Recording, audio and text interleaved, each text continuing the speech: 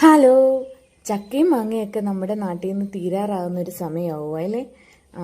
അപ്പം ഈ തീരാറാവുന്ന സമയത്ത് നമുക്ക് കഴിക്കാൻ തോന്നും. അപ്പോഴത്തേക്കും മഴയും തണുപ്പും ഒക്കെ കൂടിയതുകൊണ്ട് ചിലർക്കൊക്കെ കഴിക്കാൻ ഒരു ബുദ്ധിമുട്ട് കാണും ചക്കയൊക്കെ ഈ സമയത്ത്. അങ്ങനെയുള്ളവർക്ക് ട്രൈ ചെയ്ത് നോക്കാൻ പറ്റുന്ന ഒരു രീതിയാണ് ഇത്. പലർക്കും അറിയാവുന്നതായിരിക്കും, എന്നാലും നമുക്കൊന്ന് കണ്ടു നോക്കാവേ. ഈ ചക്കയുടെ കുരു എല്ലാം കളഞ്ഞിട്ട് അതിൻ്റെ ചുള മാത്രം നമ്മളെടുത്ത് നല്ലപോലെ ഒന്ന് ഇഡലിക്കുട്ടകത്തിൽ വേവിച്ചെടുത്തിട്ടുണ്ട്. ഇതിനുപയോഗിക്കാനായിട്ട് ഒരു പിടി തേങ്ങാമുറിയും ഏലക്കയും കൂടെ ഇട്ട് അതിൻ്റെ കൂടെ മധുരം വേണമെങ്കിൽ ഇച്ചിരി പഞ്ചസാരയും കൂടെ ചേർത്ത് കൊടുത്തിട്ട് നമുക്കൊന്ന് കറക്കിയെടുക്കാം. അപ്പോൾ ഇത് നല്ലൊരു ടേസ്റ്റി വിഭവമാണ്. അപ്പോൾ നമ്മളിത് പഞ്ചസാരയൊക്കെ ഇട്ട് എടുക്കുന്നുണ്ട്.